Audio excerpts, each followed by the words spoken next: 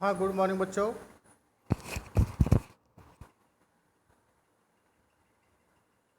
बच्चों, आज मैं आपको आपकी व्याकरण किताब से भाषा पाठ पढ़ाने जा रहा हूँ।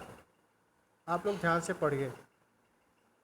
बच्चों, भाषा वह साधन है जिसके द्वारा मनुष्य अपने भावों एवं विचारों का आदान प्रदान करता है। बच्चों, भाषा के प्रकार। भाषा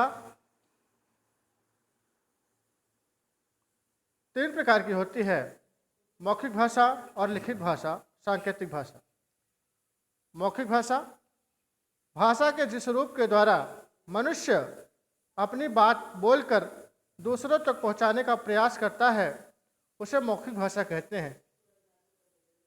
इसमें दूसरा भी सुनकर बात को समझता है।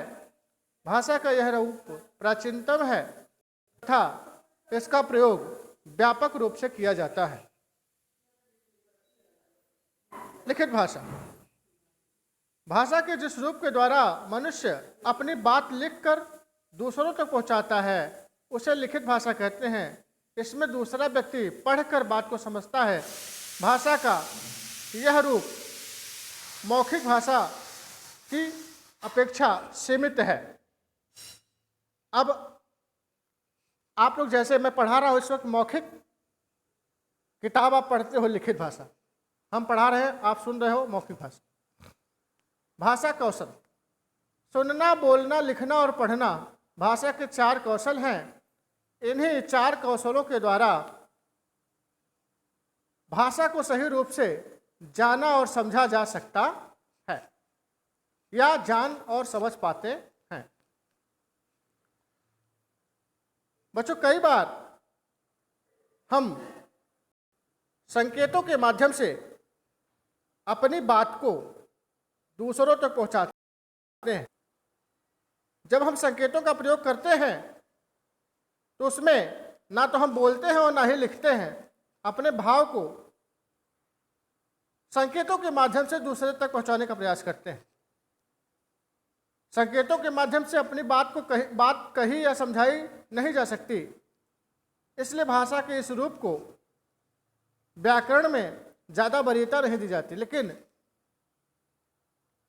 आप लोग देखते होंगे, गूंगे और बहरे लोग सदैव इस भाषा का प्रयोग करते हैं।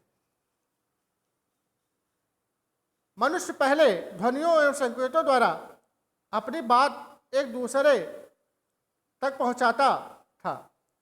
बाद में उसने ध्वनियों को लिखित रूप दिया। बच्चों, भाषा का प्रयोग केवल मनुष्य द्वारा ही किया जाता है। पशु पक्षियों द्वारा उच्चारित ध्वनियां पशु पक्षियों की बोली कहलाती हैं। अब बच्चों, अगला टॉपिक है मातृभाषा। मातृभाषा वह भाषा है जो बालक सबसे पहले अपनी माँ व परिवार से सीखता है। जैसे हिंदी भाषा के परिवार से जन्मे बालक की मातृभाषा हिंदी होती है और अंग्रेजी भाषी परिवार में जन्मे बालक की मातृभाषा अंग्रेजी होगी। बोली: सीमित क्षेत्र में प्रचलित भाषा का अब अल्प विकसित रूप बोली कहलाता है। एक राज्य में अनेक बोलियां हो सकती हैं। बोली में साहित्य की रचना प्रायः न के बराबर होती है।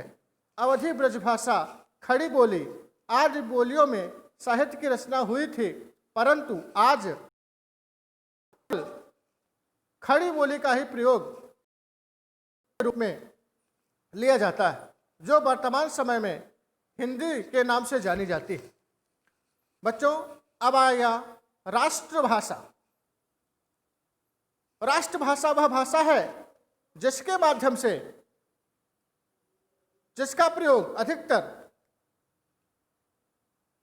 राष्ट्रभाषा वह भाषा है जिसका प्रयोग देश के अधिकतर निवासियों द्वारा किया जाता है। हिंदी को भारत की राष्ट्रभाषा कहा जाता है। राष्ट्रभाषा समाप्त होने के बाद अब आपका राजभाषा। राजभाषा वह भाषा है जिसका प्रयोग देश के सरकारी कार्यालयों में काम के लिए किया जाता है। भारत की राजभाषा हिंदी है। भारतीय संविधान के अनुच्छेद 343 के अंतर्गत 14 सितंबर 1949 को हिंदी को भारत की राजभाषा के रूप में स्वीकार किया गया। इसी कारण हम प्रत्येक वर्ष 14 सितंबर को हिंदी दिवस मनाया करते हैं। विश्व में सबसे अधिक बोली जाने वाली भाषाओं में हिंदी दूसरा स्थान रखती है। 10 जनवरी को हिंदी विश्व हिंदी दिवस मनाया जाता है। बच्चों, अब लिपि। जब मनुष्य ने भाषा का विकास करना आरंभ किया तब उसे ध्वनियों को निश्चित रूप देने की आवश्यकता अनुभव हुई और उसने ध्वनियों को चिन्हों के रूप में देने आरंभ किए, जो लिपि कहलाई। लिपि किसी भाषा को उच्चारित या किसी भाषा की उच्चारित ध्वनियों को लिखने की विधि लिपि कहलाती है। बच्चों, अगली बातें अगली कक्षाओं में होंगी।